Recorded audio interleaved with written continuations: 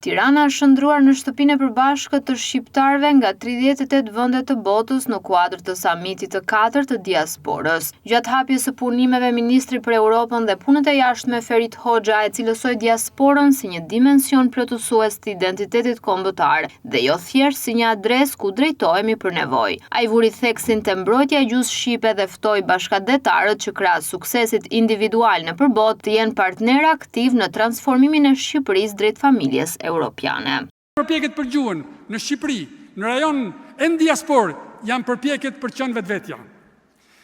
Gabimi më i madh do të ishte të ngatronim të përkohshmen me të përhershmen, të sakrifikonim thelbin me lehtësinë e momentit. Nëse gjuha jonë e cila u ka rezistuar shekujve në kohë shumë më të vështira, dobësohet sot, kur jemi më të ditur, më të fortë, më të lidhur, atëherë përgjegjësia është vetëm e jona.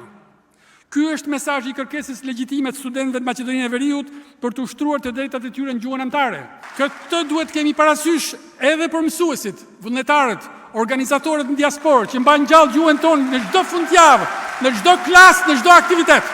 Ata meritojnë jo vetëm mirënjohje, meritojnë shumë mbështetje konkrete dhe për këtë jam tërësisht i organizuar së bashku me gjithë ekipin tim në Ministrinë e Punëve të Jashtme, jam i sigurt me gjithë qeverinë shqiptare.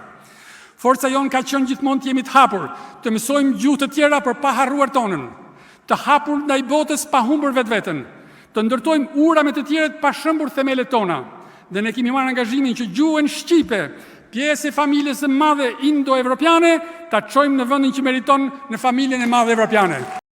Duke u ndalur te roli i diasporës në ekonominë dhe imazhin e vendit, kryediplomati shqiptar kërkoi që ky samit të shërbejë si një laborator i desh. Sipas tij, qeveria është e angazhuar të kalojë nga monologu në dialog duke i ofruar shqiptarëve jashtë kufive mekanizma konkret për të bashkëvepruar. Suksesi juaj nuk është vetëm personal, ai është kombëtar, sepse çdo arritje juaja është një dritare më shumë për Shqipërinë në botë gjithkund. Shqipëria që transformohet dhe diaspora që afirmohet janë anë të së njëjtës medalje.